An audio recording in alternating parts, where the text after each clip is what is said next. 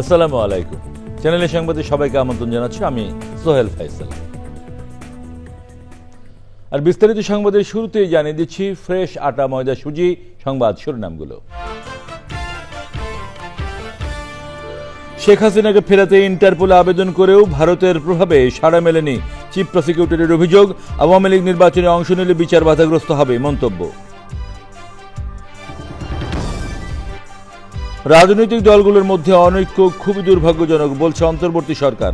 ফেব্রুয়ারিতেই জাতীয় নির্বাচনের প্রত্যয়। দেশের 1,60,00,000 মানুষ 2 মাসের মধ্যে খাদ্য সংকটে পড়তে যাচ্ছে বলে আশঙ্কা। তীব্র অপুষ্টির ঝুঁকিতে 16 লাখ শিশু।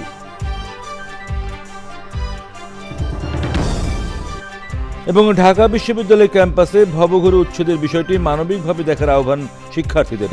নিরাপত্তার স্বার্থে কার্যক্রম চলমান থাকবে বলছে কর্তৃপক্ষ।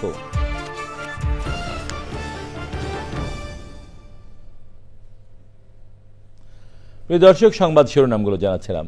এখনকার এই সংবাদ আয়োজন একই সঙ্গে চ্যানেলের ইউটিউব চ্যানেলে এবং চ্যানেলের ওটিটি প্ল্যাটফর্ম আইস্ক্রিনে লাইভ স্ট্রিম হচ্ছে। এবারে যাচ্ছি বিস্তারিত সংবাদে। শেখ হাসিনাকে ফেরাতে ইন্টারপোলে আবেদন করার পরও ভারতের প্রভাবে সাড়া পাওয়া যায়নি বলে অভিযোগ করেছেন আন্তর্জাতিক অপরাধ ট্রাইব্যুনালের chief prosecutor advocate Mohammad Tajul ইসলাম।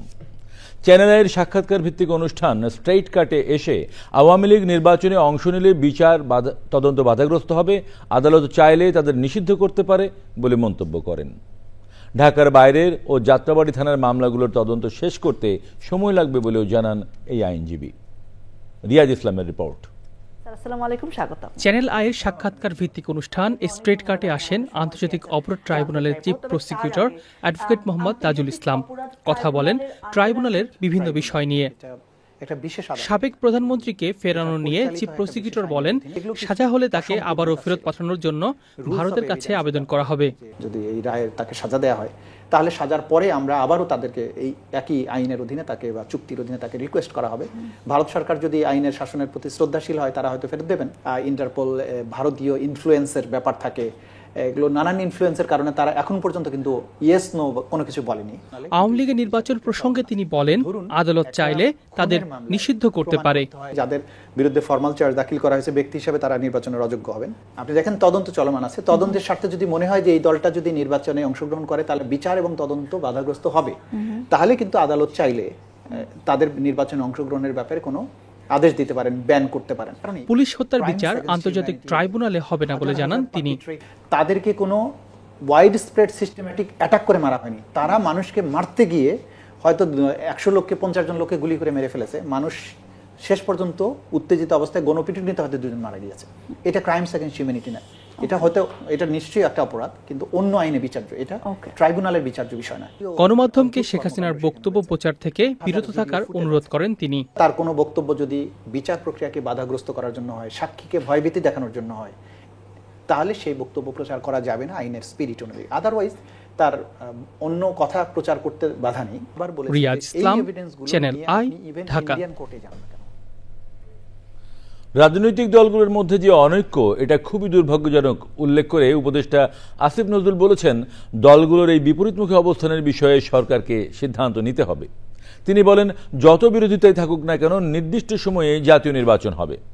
উপদেষ্টা পরিষদের বৈঠক শেষে সংবাদ সম্মেলনে এসব কথা বলেন আসিফ নজরুল। মোস্তফা মল্লিকের রিপোর্ট। প্রধান উপদেষ্টা অধ্যাপক মোহাম্মদ ইউনূসের সভাপতিত্বে উপদেষ্টা পরিষদের বৈঠক। বৈঠকে জাতীয় মানবাধিকার কমিশন অধ্যাদেশ, মানবদেহে অঙ্গ প্রত্যঙ্গ সংযোজন অধ্যাদেশ, জুলাই স্মৃতি জাদুঘর অধ্যাদেশ, জাতীয় বন নীতি সহ বেশ কিছু অধ্যাদেশের অনুমোদন দেয় উপদেষ্টা পরিষদ। আসলে পরে রাজধানীর ফরেন সার্ভিস একাডেমিতে প্রধান উপদেষ্টার প্রেস উইংয়ের সংবাদ সম্মেলন। আইন উপদেষ্টা আসিফ নজরুল বলেন, জাতীয় মানবাধিকার কমিশন অধ্যাদেশের মাধ্যমে কমিশনের ব্যাপ্তি অনেক বাড়বে। দন্তহীন একটা মানবাধিকার প্রতিষ্ঠান ছিল, মানবাধিকার কমিশন ছিল এবং সেখানে সিরিয়াস কিছু প্রবলেম ছিল। এখানে মানবাধিকার কমিশনের নিয়োগ যে পদ্ধতি সেটার মধ্যে ত্রুটি ছিল, কমিশনের যে এখতিয়ার সেখানে মারাত্মক ঘাটতি ছিল। এছাড়াও ওখানে এমন সব লোকদেরকে বসানো হয়েছিল যারা তাদের আইনগত যে ক্ষমতা সেটাও প্রয়োগ করতে পারেননি বা করেননি আর কি। তা আমরা এটাকে অনেক বেশি স্ট্রং করার চেষ্টা করেছি। মানবাধিকার যে কমিশন আছে এটা যেন সত্যিকারে এখতিয়ার সম্পন্ন, ক্ষমতা সম্পন্ন প্রতিষ্ঠান হয়। এক প্রশ্নের জবাবে আসিফ নজরুল বলেন, দীর্ঘ আলাপ আলোচনার পরেও এটা প্রমাণিত হয়েছে যে রাজনৈতিক দলগুলোর মধ্যে ঐক্য নেই। আমরা প্রধান রাজনৈতিক দলগুলোর বক্তব্যের মধ্যে যে অনৈক্যের সুর দেখছি এটা হতাশাব্যঞ্জক। তীব্র বিরোধের মধ্যে কিভাবে সমঝোতার দলিল পাশ হয় এটা খুব দুরূহ একটা চ্যালেঞ্জ আমাদের সামনে এনে দিয়েছে। উত্তেজিত ভূমিকা নিয়েছে রাজনৈতিক দলগুলো যারা জুলাই গণঅভ্যুত্থানের পক্ষ ছিল। তা আপনারা যদি এরকম একটা ভূমিকা নেন তাহলে সরকার কি করবে আমরা ঠিক বুঝতে পারছি না। যে এতদিন আলোচনার পর যদি আপনাদের ঐক্যমত না আসে তো এখন আমরা আসলে কিভাবে কি করবো এটা নিয়ে সত্যি আমাদেরকে একটু চিন্তা করতে হচ্ছে। শোনেন, যে যেটা বলুক, আমরা ফেব্রুয়ারির প্রথমার্ধে জাতীয় নির্বাচন করব, ঠিক আছে? সংবাদ সম্মেলনে জানানো হয়, জুলাই স্মৃতি জাদুঘর পৃথক জাদুঘর হবে। আগের সরকারের আমলে সারা দেশে তৈরি করা আয়নাঘরগুলো এই জাদুঘরের অধীনে থাকবে। Mostafa Mallik, channel I, Dhaka. 2 মাসের মধ্যে খাবারের সংকটে পড়তে যাচ্ছে দেশের 1,60,00,000 মানুষ। পাশাপাশি তীব্র অপুষ্টির মুখোমুখি হবে 16 লাখ শিশু। এমন আশঙ্কার কথা উঠে এসেছে সরকার ও উন্নয়ন সহযোগীদের করা নিরাপত্তা ও অপুষ্টি সংক্রান্ত জাতীয় বিশ্লেষণে। সাদি মাহমুদের রিপোর্ট। একদিকে নির্বাচনী তোড়জোড়, অন্যদিকে খাদ্য সংকট। আগামী ডিসেম্বরে দেশে যখন পুরোপুরি চলবে নির্বাচনী ডামাডোল, তখন খাবারের সংকটে থাকবে লাখ লাখ মানুষ। খাদ্য মন্ত্রণালয়ের খাদ্য পরিকল্পনা ও পরিধারণ ইউনিট, ইউনিসেফ এবং বিশ্ব খাদ্য সংস্থার গবেষণায় উঠে এসেছে 13 জেলার 1.5 কোটি মানুষের জন্য খাদ্য সংকট এখন বড় উদ্বেগের বিষয়। সঙ্গে 12 লাখের বেশি রোহিঙ্গা জনগোষ্ঠীর জন্য খাবারের চিন্তা। নানা কারণে দ্রব্যমূল্যের ঊর্ধ্বগতিকে খাদ্য সংকটের ঝুঁকির কারণ হিসেবে দেখা হচ্ছে। সব জায়গাতেই চাপ পড়ছে সাধারণ মানুষের উপর। এমন অবস্থা যে পেটের ভাতটা, নিজের একটা পেটের ভাত জোগাইতে অনেক কষ্ট হয়ে যেতেছে, ফ্যামিলি তো বাদ। এই অবস্থায় আসলে ম্যানেজ করে নিতে হচ্ছে কোনোভাবে, এই আর কি। চাহিদা মতো চলতে গেলে আমার দৈনিক লাগে 500 টাকা, আমার দৈনিক ইনকাম আছে 300 টাকা, ওই 300 টাকাই আমি চলি। জিনিসপত্রের দাম বেশি, ফ্যামিলি খরচ চালানো বড় কষ্টদায়ক হয়ে গেছে এখন। রাজনৈতিক অস্থিরতাকেও ঝুঁকির একটি কারণ মনে করা হচ্ছে। এখান থেকে বেরিয়ে আসতে সরকারকে আরও দায়িত্বশীল হওয়ার পরামর্শ বিশেষজ্ঞদের।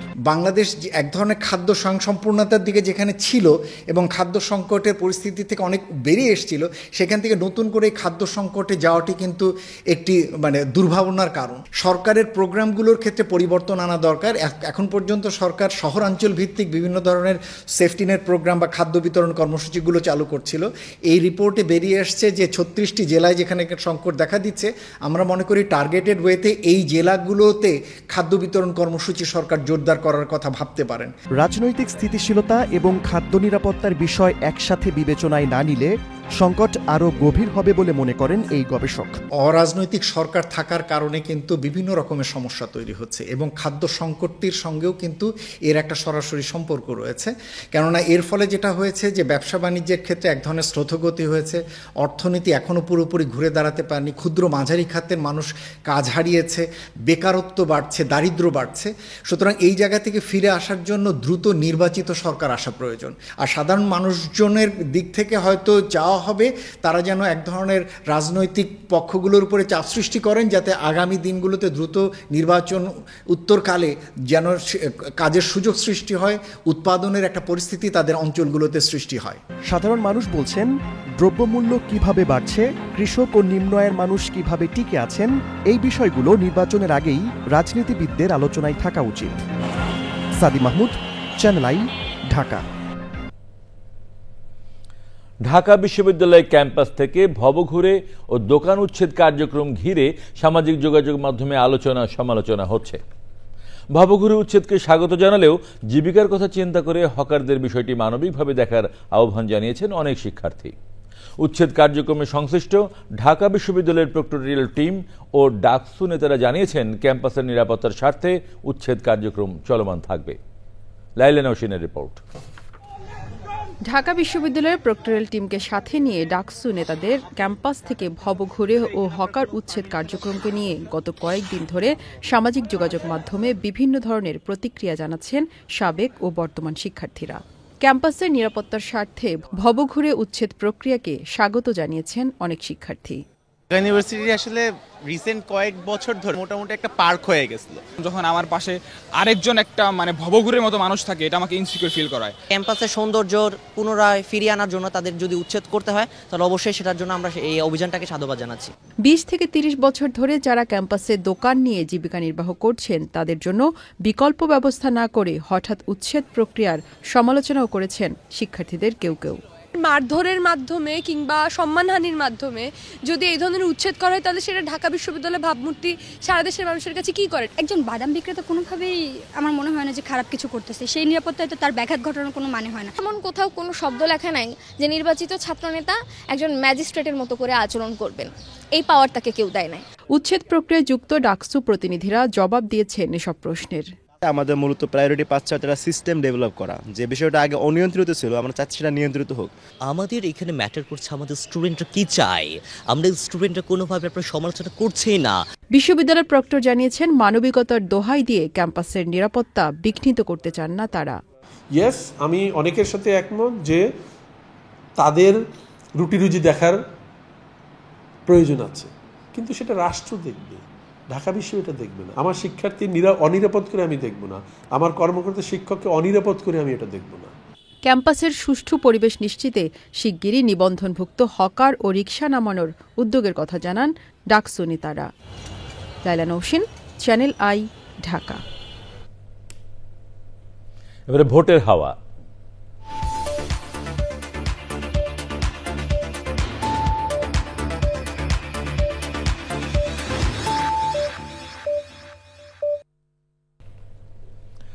আসন্ন জাতীয় সংসদ নির্বাচনকে ঘিরে সারা দেশে বইছে নির্বাচনী হাওয়া।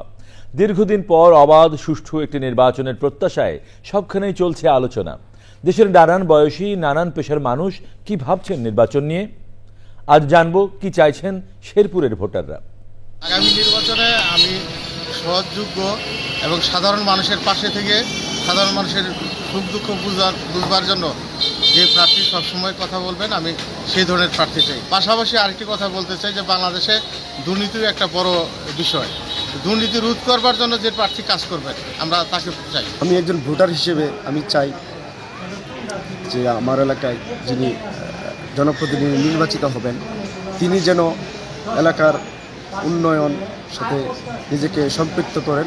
পাশাপাশি এলাকার যে আমাদের শেরপুর জেলা এমনিতে অবহেলিত, এখানে ভালো রাস্তাঘাট সেভাবে নাই, সেই সাথে স্কুল, ইউনিভার্সিটি, বিশ্ববিদ্যালয়, রেল লাইন এবং মেডিকেল কলেজের আমাদের প্রয়োজনীয়তা আছে, কিন্তু সেগুলো আমরা এখনও পাইনি।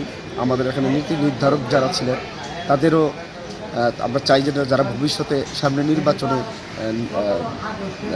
নির্বাচিত হয়ে আসবেন তারা যেন এই বিষয়গুলো মাথায় রাখেন। আমরা এমন এক প্রার্থী চাই যে দেশের উন্নয়ন করব এবং কি যাতে সুস্থভাবে আমরা ভোট দিতে পারি, আর আমাদের কমিউনিটি আদিবাসী যাতে কাজ করে দিতে পারে এরকম প্রার্থী চাই। ভালো হয় ওরে দিমো, কিন্তু আমরা যাতে একটা গরিব মানুষের একটা আলোচনা যাতে অসহায় মানুষের যাতে ভালো হলে দিবার বা কি চলে, যাতে কেন্দ্রের মধ্যে মারামারি সিস্টেমে নাও। আমরা এমন প্রার্থী চাই যে প্রার্থী শিক্ষিত, মার্জিত, সন্ত্রাসী কর্মকাণ্ডের সাথে জড়িত না। দেশের অন্যতম রাজস্ব সমৃদ্ধ জেলা সাতক্ষীরার ৮০% বেশি সড়ক এখনো কাঁচা, খানাখন্দে ভরা। অবকাঠামোগত উন্নয়নে পিছিয়ে পড়ায় ভোগান্তিতে ২২ লক্ষাধিক অধিবাসী। সাতক্ষীরা থেকে আবুল কালাম আজাদের পাঠানো তথ্য ও ভিডিওচিত্রে আল মুকসিদের রিপোর্ট। দেশের অন্যান্য জেলা থেকে উন্নয়নে পিছিয়ে রয়েছে সাতক্ষীরা। জেলায় পানি উন্নয়ন বোর্ডের বেড়িবাঁধ রয়েছে ৭০০ কিলোমিটার। এর অধিকাংশই টেকসই নয়। জেলায় মোট ৫,০৮৮টি সড়ক রয়েছে, যার দৈর্ঘ্য ১১,০০২ কিলোমিটার। এর মধ্যে ৮,৭৭২ কিলোমিটার কাঁচা রাস্তা। প্রতি বছরই বর্ষা মৌসুমে সাতক্ষীরা জেলার নিম্ন অঞ্চলে জলাবদ্ধতা সৃষ্টি হয়। ২০০০ সালের পরের থেকে আজ অবধি এই রাস্তাটার কাজ হয় নাই। রাস্তাটা নিচু হয়ে গেছে, একটু বর্ষা হইলেই হাঁটু পানি এখানে জমে থাকে। এই রাস্তার এত বড় হাল অবস্থা যে একটা রোগী নিয়ে যেতে গেলে রাস্তায় মারা যাচ্ছে। আমাদের প্রতিদিন স্কুলে আসতে হয়, ভয় লাগে কখন ব্রিজটা ভেঙে যায়। আমাদের একটি সরকারের কাছে দাবি যে ব্রিজটা মেরামত করলে আমরা যাতায়াতের জন্য সুবিধা হয়। আমাদের পোল ভেঙে গিয়েছে, তা আমরা আসতে পারি না, দু এক সময় পরেও যাই, বই খাতা ভিজে যায়। লবণাক্ততা এবং ঝড় জলোচ্ছ্বাস প্রাকৃতিক দুর্যোগের কারণে টেকসই হয় না জেলার উন্নয়ন। জোড়াতালি দিয়ে টিকিয়ে রাখার কারণে প্রতি বছরই বেড়িবাঁধ ভেঙে ব্যাপক ক্ষয়ক্ষতি হয়। এই ব্রিজ দিয়ে এপার ওপর মিলে প্রায় ৭-৮ হাজার লোকের পারাপার হয়। জনজীবনের জন্য মনে করেন ব্রিজটা খুব প্রয়োজনীয়। জেলা প্রশাসক জানিয়েছে, টেকসই বেড়িবাঁধের জন্য যথাযথ কর্তৃপক্ষের কাছে চিঠি দেওয়া হয়েছে। জেলা প্রশাসনের পক্ষ থেকে আমরা যথাযথ কর্তৃপক্ষকে চিঠি দিয়েছি, টেকসইভাবে নির্মাণ করা হয়। একদিকে যেমন বেড়িবাঁধ মজবুত হবে এবং যে জন দুর্ভোগ এবং জানমালের ক্ষতি কম হবে, তেমনি এই ৬৮২ কিলোমিটার মানে যোগাযোগের একটা সহজ হবে। বিভিন্ন উন্নয়ন প্রকল্পগুলো বাস্তবায়িত হলে সাতক্ষীরার বিভিন্ন সমস্যা অবসান হবে বলে প্রত্যাশা স্থানীয়দের। আল মুকসিদ, চ্যানেল আই। এবারে কৃষি সংবাদ।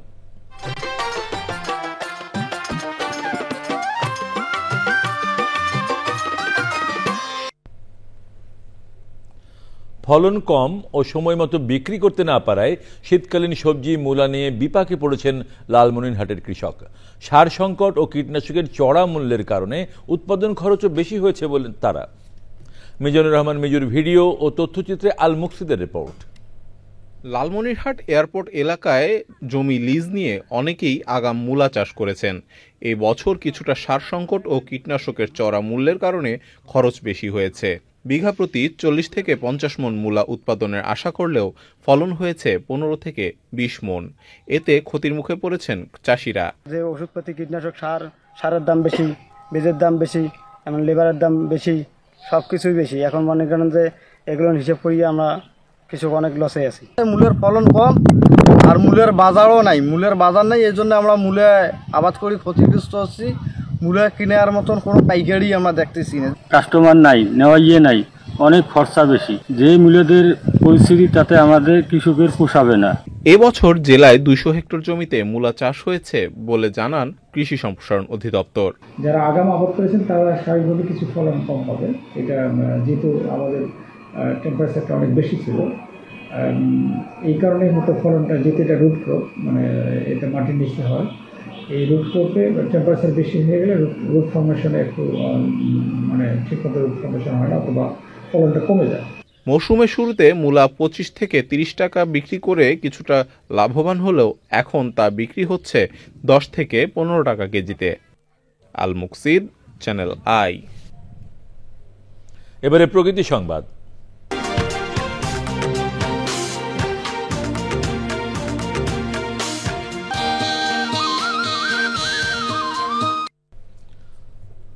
জলে ভাসা সম্প্রদায় মান্তা, যাদের সুখ দুঃখ হাসি কান্না মিলেমিশে আছে নদী ও নৌকায়। হালামলেও শিক্ষা, স্বাস্থ্য, বাসস্থান সহ মৌলিক অধিকার বঞ্চিত মানবেতর জীবনযাপন মান্তাদের। নতুন প্রজন্মের নিরাপদ ভবিষ্যৎ নিশ্চিতে জীবনমানের উন্নয়ন ও পুনর্বাসনে কার্যকর পদক্ষেপের দাবি মান্তা জনগোষ্ঠীর।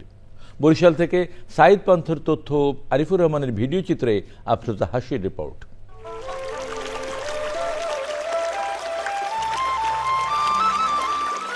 জলের শব্দ কানে নিয়ে জন্ম,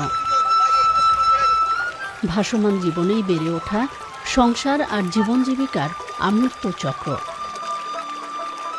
মান্তা জনগোষ্ঠীর জীবন যেন মানুষের ঐতিহাসিক যাযাবর বৃত্তির চলমান দলিল। বরিশালের বিভিন্ন নদ নদীতে এখনও টিকে আছে এই জনগোষ্ঠীর প্রায় ৫০টি পরিবার। কৃত্রিম বুদ্ধিমত্তা ও পঞ্চম শিল্প বিপ্লবের যুগে তাদের নেই কোনো আধুনিক নাগরিক সুবিধা ও স্বাস্থ্যসেবা। এমনকি নেই কোনো জাতীয় পরিচয়পত্র। আমাকে নাই ঘর বাড়ি নাই, একটু পানির ব্যবস্থা, একজনের কাছে পানি আনতে গেলে ঠিক মতন পানি পাই না। আমার বাবা মা আমাদের লেখাপড়া করাইতো না, আমার বাবা মা আমাকে নিয়ে গাঙ্গে গিয়ে দেখতে পাই, ইয়ারা স্কুল দিছে মতনই আমরা পড়ালেখা করতে পারি। এই ঝড় হইলে বৃষ্টিতে ভিজি আর রোদ্দুরে হুগাই, আমার কোনো থাকার জায়গা নাই। ঝড় হয় বৃষ্টি হয় তখন করে কি আমরা নৌকা অনেক খালে নিয়ে রাখি, আর আমাদের মৃত্যু এই নৌকায় বই হয়। নৌকা থাকতে আমার ভালো লাগে, জীবন এই নৌকায় নৌকায়। আমরা যদি মারা যাই জানি আমাকে একটু জায়গা সরকার দেয়। মৌলিক অধিকার বঞ্চিত এই সম্প্রদায়ের জীবনমান উন্নয়নে কাজ করছে বিভিন্ন সংস্থা। বিভিন্ন যে সরকারের যে দপ্তরগুলো আছে এগুলা তাদেরকে আমরা লিঙ্কেজ করাই দিতে আছি, যাতে তারা এই সেবাগুলো তারা পাইতে সহজ হয়। তাদের চিকিৎসা সেবা থেকে মানুষের যে মৌলিক অধিকার যেটা আমরা বলি, সেই সুযোগ সুবিধাগুলো নিশ্চিত করা উচিত। ওদেরকে সচেতন করার মতো আমাদের অনেকগুলো প্রোগ্রাম আছে, ওদের দেখবো যে আসলে আরো কি দরকার সামনের দিকে, ওই দিকে আমরা নজর দেব। ওদের জীবনমান উন্নয়নের জন্য আমাদের কিছু প্রশিক্ষণ কার্যক্রম রয়েছে, আমরা ওই সকল নারীদেরকে প্রশিক্ষণ দিয়ে তাদেরকে উদ্যোক্তা হিসেবে স্বাবলম্বী করার একটা কর্মপ্রচেষ্টা চালাতে। দেশের টেকসই অগ্রযাত্রা নিশ্চিতে মান্তাসহ পিছিয়ে পড়া জনগোষ্ঠীকে কার্যকর পরিকল্পনা ও উদ্যোগের আওতায় জনসম্পদের রূপ দেওয়ার বিকল্প নেই বলছেন সমাজবিজ্ঞানীরা। আফরোজা হাসি, প্রকৃতি ও জীবন ডেস্ক, চ্যানেল আই। পর্দা উঠেছে দ্য গুলশান ক্লাব অলিম্পিয়াডের পঞ্চম আসরের। অংশ নিচ্ছে দেশের শীর্ষ 22 ক্লাবের 24টি দল, রয়েছেন কয়েক হাজার অ্যাথলেট। আয়োজকদের আশা এই আয়োজন ক্রীড়াক্ষেত্রে দক্ষতা বাড়াবে, বন্ধুত্ব এবং আনন্দ উদযাপনের একটি অন্যতম ঐতিহ্যে পরিণত হবে। তানভীর আহমেদের রিপোর্ট। জমকালো আয়োজনে দ্য গুলশান ক্লাব অলিম্পিয়াডের উদ্বোধন হয়েছে। ক্লাব প্রাঙ্গণে মশাল প্রজ্বলনের মধ্য দিয়ে শুরু হয় মূল আনুষ্ঠানিকতা। অলিম্পিয়াড অর্গানাইজিং কমিটির চেয়ারম্যান জানান, অংশগ্রহণকারী দলগুলো আন্তর্জাতিক মানের সব সুযোগ সুবিধা পাবে। This year Olympiad is particularly exciting. For the first time we have introduced the torch. We ran with the torch, a symbol of unity, passion and the spirit of games. The energy during the rally were electric, and I have to say a few of our members ran so fast we started wondering if we have been underestimating their fitness all these years. Obviously it's the first time for us, but with the experience that we had, I'm sure that it will be first of many. So I think we will continue to engage with Gulshan Club going forward. The spirit of Olympiad actually reflects the spirit of our bank as well.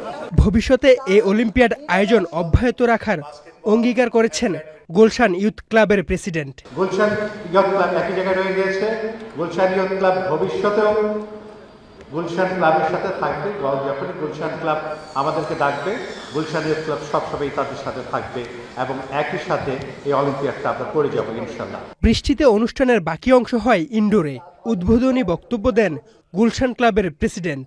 যদিও এই অলিম্পিয়াডটা এত বড় ছিল, like এর আগে আমরা যখন 2019-এ শুরু করেছিলাম আমরা খুবই ছোট পরিসরে করেছিলাম। সেখান থেকে আজকে 2025-এ আমাদের প্রায় 22টা ক্লাব, আমাদের 1200-র মতো পার্টিসিপেন্ট খেলতে যাচ্ছে। 2019 সালে সামাজিক ক্লাবগুলিকে একত্রিত করার সাহসী উদ্যোগ হিসেবে দ্য গুলশান ক্লাব অলিম্পিয়াডের যাত্রা শুরু হয়। Tanvir Ahmed, channel I, Dhaka. এর সাথে শেষ করছি এখনকার সংবাদ। সব শেষে ফ্রেশ আটা ময়দা সুজি সংবাদ শিরোনামগুলো জানিয়ে দিচ্ছি আরও একবার। শেখ হাসিনাকে ফেরাতে ইন্টারপোলে আবেদন করেও ভারতের প্রভাবে সাড়া মেলেনি চিফ প্রসিকিউটরের অভিযোগ। আওয়ামী লীগ নির্বাচনে অংশ নিলে বিচার বাধাগ্রস্ত হবে মন্তব্য। রাজনৈতিক দলগুলোর মধ্যে অনৈক্য খুবই দুর্ভাগ্যজনক বলছে অন্তর্বর্তী সরকার। ফেব্রুয়ারিতে এই জাতীয় নির্বাচনের প্রত্যয়। দেশের 1,60,00,000 মানুষ 2 মাসের মধ্যে খাদ্য সংকটে পড়তে যাচ্ছে বলে আশঙ্কা। তীব্র অপুষ্টির ঝুঁকিতে 16 লাখ শিশু।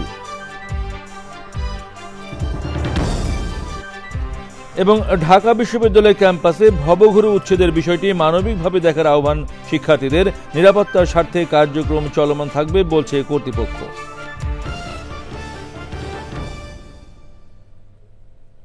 প্রিয় দর্শক, চ্যানেল আই সর্বশেষ সংবাদ জানতে ভিজিট করুন channelionline.com-এ।